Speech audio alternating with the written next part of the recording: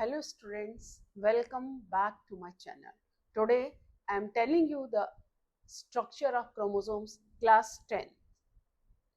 As you know already, chromosomes, they are the thread-like bodies present inside the nucleus. They are surrounded by the surrounding nucleolus. Means nucleolus is surrounded by the chromosomes thread-like structure. So here you have to study what is chromosome. According to your level of the class 10, in very simple language, I am explaining you the chromosomes, right? They are thread-like bodies. They are covered with a protein sheath. As you see, these are the chromosomes. They are covered by sheath. This sheath you are able to see, this one. This sheath, it is a protein sheath. Now here a fluid is filled. This fluid is called matrix, and in this matrix, these chromosomes are embedded in. Inside the sheet, there is a granular matrix also there, and each chromosome consists of two chromatids. As you are seeing here, two chromatids, and each chromatid it is known as chromonema. ये दो chromatids हैं, यही अलग होते हैं splitting division में, और each thread को chromatids को ही chromonema कहते हैं, जो कि thread like structures होते हैं आपस में coiled structures हैं. They are joined at the region of centromere पे ये जुड़े होते हैं, and each chromatid that is called chromonema, and they bear genes. Red जो ये dotted structures हैं, they are known as genes. According to the position of the centromere, the chromosomes may be of four types. They may be telocentric. If chromosome bears centrosome at one end, अगर centrosome chromosome के एक तरफ होता है तो इसे हम कहते हैं telocentric. Acrocentric, when chromosome bears centromere near one end so that it contains one long arm and other small. जैसे अगर इस पॉइंट पर है तो ये आर्म छोटी है और ये आर्म बड़ी है. ये देखिए छोटी है और ये बड़ी है, तो इस तरह के क्रोमोसोम्स को हम कहेंगे acrocentric. Submetacentric, when two arms are unequal. दो आर्म्स हैं, बड़ी है, देखिए ये आर्म्स हैं, ये सेंट्रोमियर है, तो ये इक्वल नहीं है. और metacentric, when both the arms are equal, जो लगभग दोनों बराबर होती हैं. ऑलमोस्ट इक्वल, ऑलमोस्ट मतलब लगभग जब दोनों बराबर है और सेंट्रोमियर के बीच में होता है, ये क्रोमोनिमा है. ये सिंगल को ही इसी को क्रोमोटेड बोलते हैं. ये सेंट्रोसोम है, ये क्रोमोसोमल है, ये क्रोमोटिड्स है. जैसे मैंने यहाँ पर दो ड्रॉ किया ना, ये तो अभी है. ये हाईली कॉइल्ड स्ट्रक्चर न्यूक्लियस में होता है. जब हम सेल डिवीजन पढ़ेंगे तब इसके बारे में और जानेंगे ना. इस तरह के इन prokaryotic cells are there like bacteria, they are not thread like. उसमें ये थ्रेड तरह के नहीं होते हैं, प्रोटीन कवरिंग भी नहीं होती. द फंक्शन ऑफ क्रोमोसोम्स क्या होता है? The main function of chromosomes is to carry the genetic information from one generation to the other. ये genetic information को एक generation से दूसरे generation में ले जाते हैं. And gene, it is a part of a polynucleotide chain. ये जो nucleotide change होती है, उसका एक part होता है DNA that encodes one character. अभी DNA का structure हम लोग देखते हैं. So chromosomes basically they are composed of nucleoproteins. ये किसके बने होते हैं? न्यूक्लियोप्रोटीन्स के, which consist of protein and nucleic acid. वो किसकी बनी होती हैं? प्रोटीन होता है और nucleic acids, they are present in the cytoplasm and nucleus. And nucleic acids, they have complex chemical structure which are made up of sugar, nitrogenous base and proteins. इन तीनों को मिला के, so they are made up of small building units. जो sugar, ये nitrogenous base और proteins, जो तीनों को मिला के बनती हैं, उन्हें हम कहते हैं न्यूक्लियोटाइड. तो न्यूक्लियोटाइड क्या होता है? जिसमें शुगर होगी, नाइट्रोजनस बेस होगा, phosphate bond. Sugar, nitrogenous base plus phosphate bond, इन तीनों को मिला के हम कहते हैं न्यूक्लियोटाइड.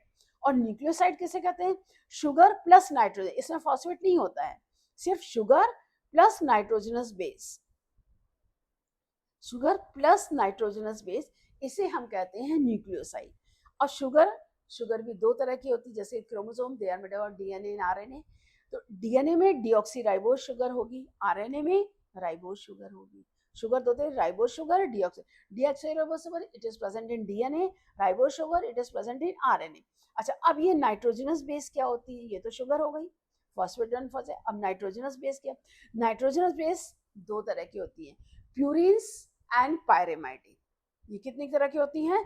नाइट्रोजनस बेस दो तरह की होती हैं, purines and pyrimidine, right. Now here see pyrimidine जो होती है, पायरेमाइडिन में तीन चीजें होती है, thymine, cytosine, uracil. Pyrimidine, thymine, cytosine, uracil, इनको TCU कैपिटल लेटर से डिनोट करते हैं। और प्यूरिन्स क्या होती है? Adenine and guanine. एडेनिन को A से रिप्रेजेंट करते हैं, ग्वानिन को G से रिप्रेजेंट, और फॉस्फेट को हम P से रिप्रेजेंट करते हैं, एज यू नो ऑलरेडी। अच्छा, nucleic acids, deoxyribose nucleic acid, ribose nucleic acid.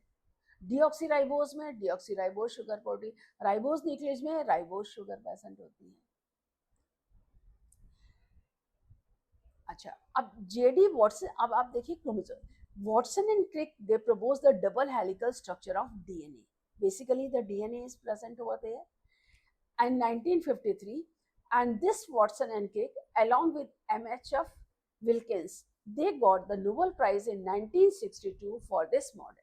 According to the DNA model, they show the figure. DNA, it consists of double helix in which two polynucleotide chains are coiled about the same axis in opposite direction. इसमें आप देखिए क्या है, opposite direction में कैसे change करते हैं।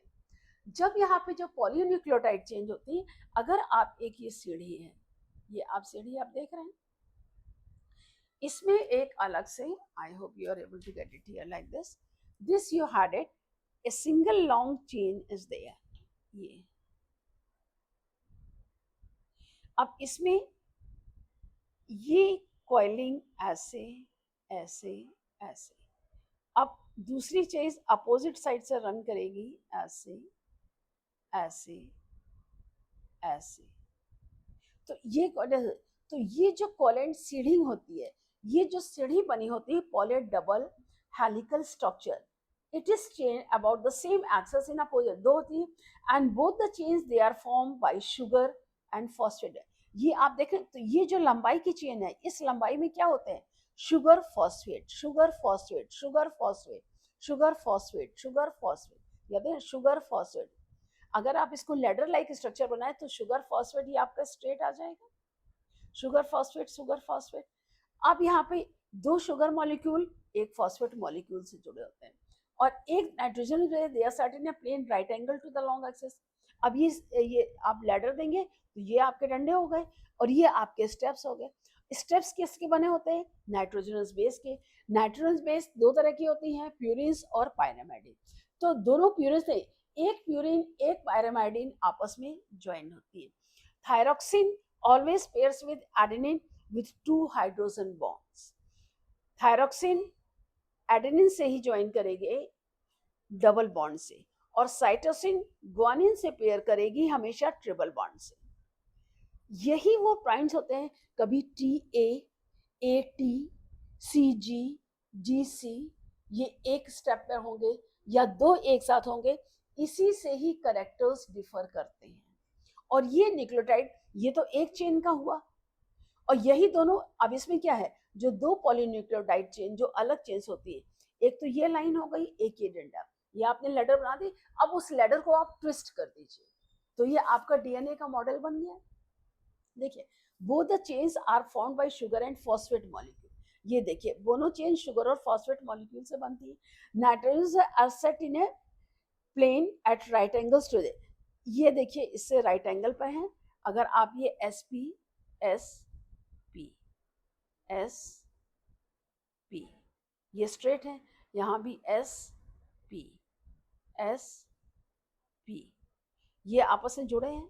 अब शुगर बॉन्ड ये AT हो गया, अब यहाँ C ट्रिपल बॉन्ड से G, तो अब ये इसके लेडर हो गए, ये यहाँ पे डबल बॉन्ड होगा। अब फिर यहाँ पर S होगा शुगर, तो ये इसमें बॉन्ड ज्वाइन होगा G triple bond C cytosine, यहाँ A adenine, T thymine, G guanine, C साइट। अब ये इसको मैंने थोड़ा सिलेबस बनाया है, अब इसको तो यही दोनों कॉइल स्ट्रेट लैडर हो गए। अब इसको आप कॉइल करें, मतलब दे आर राइट, मतलब ये इसके राइट एंगल पर है, ये फॉस्फेट शुगर बॉन्ड है, और ये देखिए ये इसका राइट एंगल है। तो they are in a right angle to the long axis, and polynomial lines which run in opposite direction, they have complementary base sequence. Complementary मतलब प्यूरिन्स और पायरामाइडिन, दो प्यूरिन्स एक जगह यूनाइट नहीं होंगे, एक प्यूरिन होगी एक पायरामाइडिन। तो adenosine always pairs with thymine, adenosine always pairs with thymine,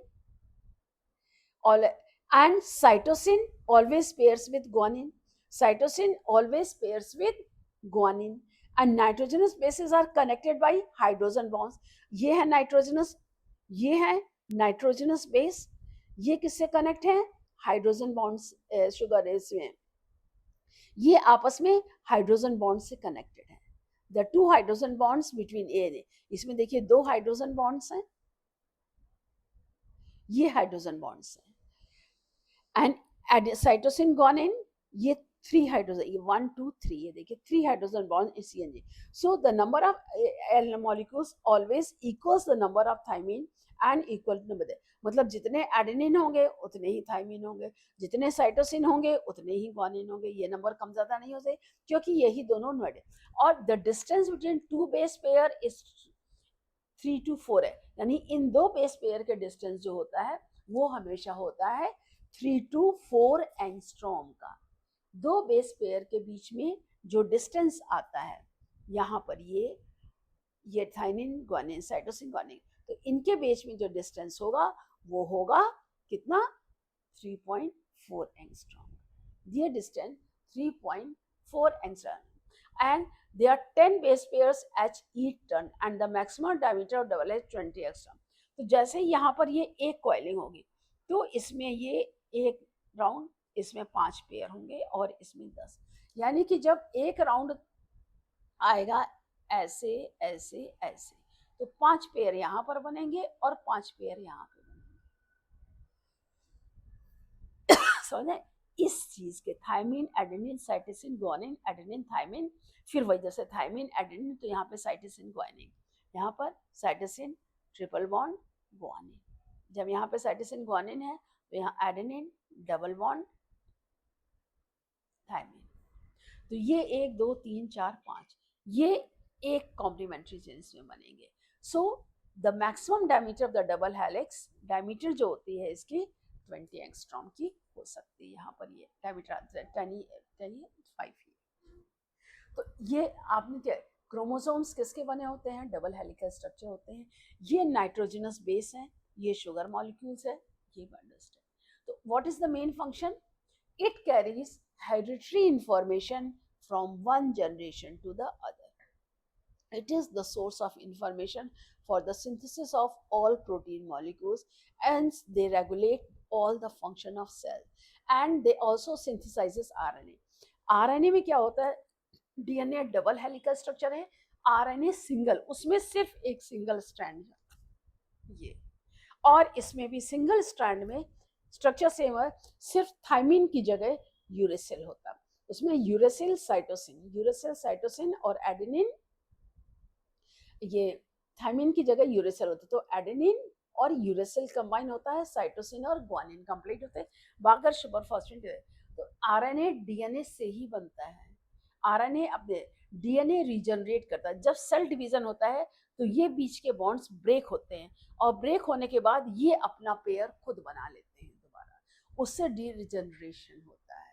and this we study detail when we will study the mitosis and meiosis, that is the cell division and cell cycle. Here in this class I told you about the structure of chromosome. Please see the video again and again, then only you are able to understand it very clearly. Any doubt anywhere, ask me in the comment section in very simple language at your level. I tried to explain over this. I hope you are able to get it everything. Any doubt, ask me in the comment section. Thank you. Again we will meet in the next